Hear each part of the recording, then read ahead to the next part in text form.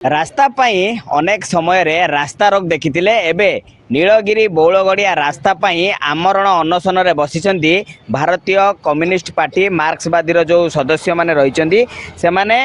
वर्तमान आमरण अनशन रे बसिचंदी तांकर दाबी 3 दफा रहिची एवं से दाबी गुड़िक पूरण न हेले से माने ए स्थान रु उठिबे नाही हटिबे नाही सीधा सड़क प्रशासन को ए वार्ता मध्य देइचंदी सीधा सड़क आलोचना करबा सेमानक संगे रे आज्ञा ए रास्ता पूर्वर मध्य आपण माने धारणा बसचंदी प्रतिश्रुति मिली तापरे पुणी थे से रास्तार अवस्था शोचनीय दिन दिन होची किंतु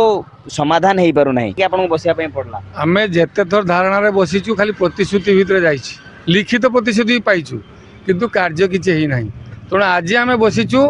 कार्य हला परे आमे उठिबु जेटा कि चरब निष्पत्ति प्रशासन को भी लेखिक देइछु तेणु आमे जे 3 दफा दाबी देइछु इमिडिएट रास्ता काम होबा दरकार सेकेंड कथा बस चलाचल जेटा थिला बंद होइछि किछि चलीछि इमिडिएट सेटा चलाचल करबा दरकार ता सहित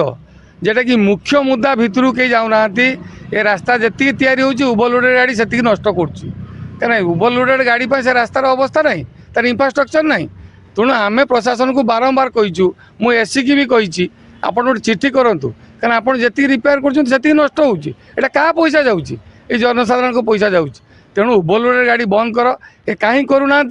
ना ये पुलिस प्रशासन माइनिंग्स आउ ये जो मैंने बेपार कर नेक्सस रही से बंद करूना तेणु आज ऑर्डर हम ये बंद हम तापर आम उठू रास्तार कौन समस्या रही है रास्ता कार्य हो पारुनी अधारे अटकी जाऊँगी कौन असुविधा कौन समस्या रोचे आपन कौन जन यहाँ हूँ जोटा कि प्रशासन रही प्रशासन स्थाणुता आमर जो मैंने लोक प्रतिनिधि रहिले एमएलए एमपी तांकर होची समान गुरुत्व दौना कथा को जदि गुरुत्व दियंते डबल इंजन सरकार अच्छी बीजेपी केन्द्र अच्छी राज्य अच्छी से चाहिए करें किंतु से गुरुत्व दौना तांकर दायित्वहीनता आज अवस्था होती निश्चित भाव में शुणुते पूर्वर उक्त रास्तार बस बंद होता एवं से ही प्रकार नाई ना असुविधार सम्मुखीन होती यात्री मैंने आज्ञा आगामी दिन में श्रावण मासर काउड़िया भक्त मैंने आसुँच बंगीय पर्यटक मैंने आसुँच पंचलिंगेश्वर उत्तर ओडिशार गोटे प्रसिद्ध शैवपीठ से रास्तार पड़ुची केते असुविधार लोक सम्मुखीन होती आमरण अनशन हटब ना हटबनी आमरण अनशन हटब किंतु काम आमर 3 दफा दाबी समाधान हो सारा तापर आमरण अनशन हटब से उत्तर ओडिशार जो प्रसिद्ध शैवपीठ माने सब काउड़िया आसुचंती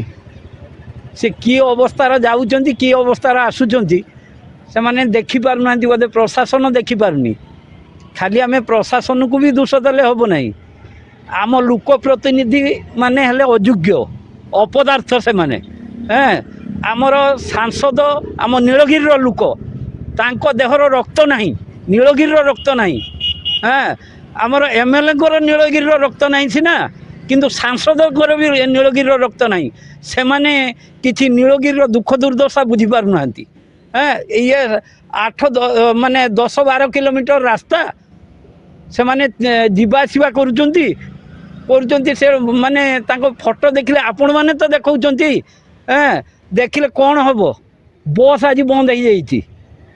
8टा बस चलता बस बंद हो जाइए आम दाबी दबा पर से किछिटा चली तापरे रास्ता रास्ता तो खाल डिपो जन बिल कियारी जना पड़ुचु आउ रातिर सबू माने शेरगढ़ गेट को बाईपास करके आसवाई ओवरलोडेड गाड़ी आसुचु जोगुड़ा कि आज माटी पके आज चिप्स बाली पकईदे से गोटे 2टा गाड़ी आसला सी सब उठी जाऊँ तेणु एगुड़ाक नजर दबा दायित्व मुख्यतः प्रशासन अपेक्षा आम लोक प्रतिनिधि आम्बुलेंस जीवारे केते असुविधा होची आम्बुलेंस जाऊचु बहु कष्टर लोक नहीं कि आसुचंती से बाटर लोक माने होचो जदि 102 जाउतबो बाटर फेरला बेले डेलीवरी होइतिबो एइबोली अपदार्थ सरकार अयोग्य सरकार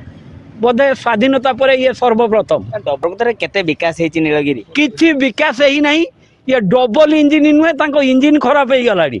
सी खाली गांडर नाथ कहीं जीवा अपेक्षा रही आज्ञा केते जण वर्तमान आमरण अनशन रे बसिबा आमे 4 जण आमरण अनशन रे बसचे आउ अन्य माने हमर सहयोगी अछंती हमर नेतृस्थानीय लोक अछंती तेणु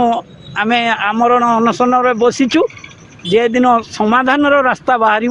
ଆମେ ତାପରେ ଚିନ୍ତା କରିବା ଉଠିବା ପାଇଁ। ନିଶ୍ଚିତ ଭାବରେ ଆପଣ ଶୁଣୁଥିଲେ କିପରି ଭାବରେ ଯେ ଯେପର୍ଯ୍ୟନ୍ତ କୌଣସି ନିର୍ଯାସ ଆସିନାହିଁ ସେତେ ପର୍ଯ୍ୟନ୍ତ ଏଇ ଯେଉଁ ଆମରଣ ଅନଶନରେ ରହିଛନ୍ତି ସେମାନେ ଉଠିବେ ନାହିଁ ବୋଲି ଗୋଟେ ଦୃଢ଼ ମନ୍ତବ୍ୟ ପ୍ରଦାନ କରୁଥିଲେ। ଆଜ୍ଞା, ପ୍ରତ୍ୟେକ ଥର ପ୍ରତିଶ୍ରୁତି ମିଳୁଛି, ପ୍ରତିଶ୍ରୁତି ପାଣିର ଗାର ପାଲଟୁଛି। ଏଇ ରାସ୍ତା ପାଇଁ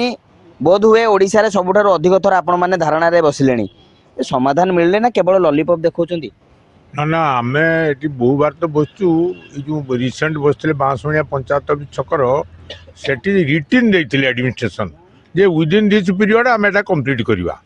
ଏବଂ ସିଏ କହିଥିଲେ ସେଟା ତ ଟିକେ ଟାଇମ୍ ଲାଗିବ କିନ୍ତୁ ଆଜିଠୁ ଆମେ ଷ୍ଟାର୍ଟ କଲେ ରିପେୟାର। ସେତେବେଳେ ଥିଲା ରଥଯାତ୍ରା, ଆଉ 7-8 ଦିନ ବାକି ଥିଲା ରଥଯାତ୍ରା। ଆମ ଜିଲ୍ଲାର ସବୁଠୁ ବଡ଼ ରଥଯାତ୍ରା ନୀଳଗିରି। ଏଠି କଲେକ୍ଟର ଆସନ୍ତି, ଏସ୍ପି ଆସନ୍ତି, କିନ୍ତୁ ସେତେବେଳେ ବି ଏ ରାସ୍ତା ରିପେୟାର କରାଗଲା ନାହିଁ। ଲୋକ ସେ ହଇରାଣ ହରକତ ହେଇକି ଚାଲିଲେ। ଆଜି ଶିବ ଭକ୍ତ ବି ଯାଉଛନ୍ତି ପାଣି ଢାଳିତେ ପଞ୍ଚଲିଙ୍ଗେଶ୍ୱର, ସେଇ ରକ ହଇରାଣ ହରକତ ହେଇକି ଯାଉଛନ୍ତି। ତେଣୁ ଆମେ ଆଜି ଯେଉଁ ବସିଛେ 3ଟା ଦାବି। ପ୍ରଥମ ଦାବି ହେଉଛି ରାସ୍ତା ମରାମତି କର। ଦ୍ୱିତୀୟ ହେଭି ଲୋଡ୍ ଗାଡ଼ି ଯେଉଁ ଯାଉଛି ରାସ୍ତାର, ଆମେ କାହାକୁ ମନା କରୁନୁ ଗାଡ଼ି ଚଳାଇବା ପାଇଁ, ଆମେ କହୁଛେ ରାସ୍ତା ସେମିତି କରିକି ତମେ ନିଅ। ପ୍ରଶାସନ ପ୍ରତିଶ୍ରୁତି ଦେଉଛି, ପ୍ରତିଶ୍ରୁତିର କିଛି ମୂଲ୍ୟ ରହୁଛି ନା? ପ୍ରତିଶ୍ରୁତିର ଯେଉଁ ଲିଖିତ ପ୍ରତିଶ୍ରୁତି ମିଳୁଛି ତାର କିଛି ମୂଲ୍ୟ ନାହିଁ? ନା, ମୂଲ୍ୟ ଥାଉ ନଥାଉ ଆମ ଜୀବନର ମୂଲ୍ୟଟାକୁ ଦେବା ପାଇଁ ଆଜି ବସିଛେ। ଯଦି ସରକାର ନ ଶୁଣିବେ, ପ୍ରଶାସନ ନ ଶୁଣିବ, ଆମେ ଏଇ ଯେଉଁ ବସିଛେ ଆମରଣ ଅନଶନର ଏଟା କଣ୍ଟିନ୍ୟୁ କରିବ। କେତେ ପର୍ଯ୍ୟନ୍ତ? ନା ମୃତ୍ୟୁ ପର୍ଯ୍ୟନ୍ତ। ନିଶ୍ଚିତ ଭାବରେ ଗୋଟେ ଦୃଢ଼ ନିଷ୍ପତ୍ତି ନେଇଛନ୍ତି ଏବଂ ସମ୍ପୂର୍ଣ୍ଣ ଭାବରେ କହିଛନ୍ତି ଯେତେ ପର୍ଯ୍ୟନ୍ତ ପ୍ରଶାସନ এই 3ଟି ଦାବିକୁ ପୂରଣ କରିନାହାନ୍ତି ସେତେ ପର୍ଯ୍ୟନ୍ତ ଏମାନେ ଏଠାରୁ ଉଠିବେ ନାହିଁ। ମୃତ୍ୟୁ ପଛେ ସେମାନଙ୍କୁ ଛୁଇଁବ କିନ୍ତୁ କାର୍ଯ୍ୟ ଶେଷ ନ ହେବା ପର୍ଯ୍ୟନ୍ତ ସେମାନେ ଏ ସ୍ଥଳରୁ ଉଠିବେ ନାହିଁ। ନୀଳଗିରିରୁ ଦିଲ୍ଲୀପ ସ୍ୱାଇଁ, କନକ ନ୍ୟୁଜ୍।